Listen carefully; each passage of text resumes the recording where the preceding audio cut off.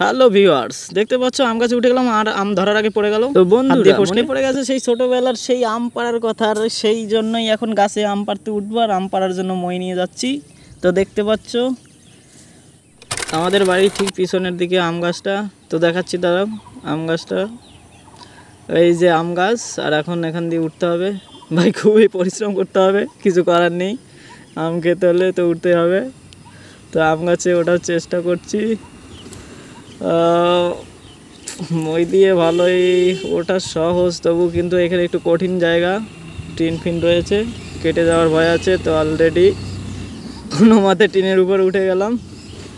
তো দেখতে পাচ্ছ আমগুলো কত সুন্দর, আমগুলো ঝুলে ঝুলে আছে, দারুণ লাগছে, কিন্তু বেশ ভালোই লাগছে আমগুলো। এদিকের আমগুলো কাঁচা আছে, ওই দিকের আমগুলো পাকা রয়েছে, দেখতে হবে। আর দেখতে পাচ্ছ আম গাছে আম আমার মাথার উপরের কাছাকাছি কত আম রয়েছে।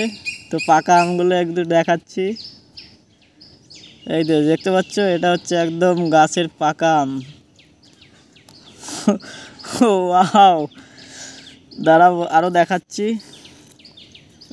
হাত দিয়ে পড়ে গেল পুরো, একটা পাকা আম পুরো ধরার আগে পড়ে গেল। তো দেখতে পাচ্ছ পুরো কষ। দেখতে পাচ্ছ এদিকে পাকা আম রয়েছে আমার মাথার উপরে, ওই যে পাকা আম একদম হলুদ হয়ে আছে। তো ওটা পরে পারছি, এটা দেখে নাও। ছোটোবেলার কথা মনে পড়লে সারা গাছের মাথায় উঠে বসে থাকতাম সব সময়, আম পারতাম, এই পারতাম ওই পারতাম, ডাল ভেঙে পড়ে যেতাম। তো গাইস, এই আমটা ঝোলা অবস্থায় একটু কাটার চেষ্টা করব পাশ দিয়ে, দেখি চেষ্টা করব কাটতে পারি কিনা, দেখা যাক। তো চেষ্টা করছি। আমটা কাটার জন্য একটা পাতা সরিয়ে নিলাম, দেখা যাক।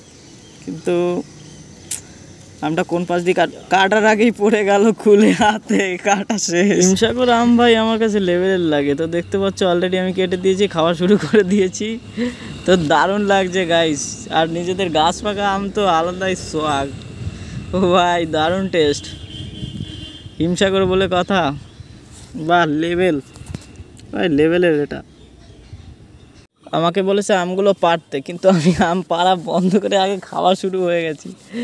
তো খাওয়া দাওয়া ভালোই হয়েছে। এবার আমি আমগুলো পেরে তাড়াতাড়ি নামতে হবে নিচের দিকে, সবাইকে দেওয়া হবে আমগুলো। তো गाइस ऑलरेडी इतने सारे आम पाड़ दिया मैंने, देखा है।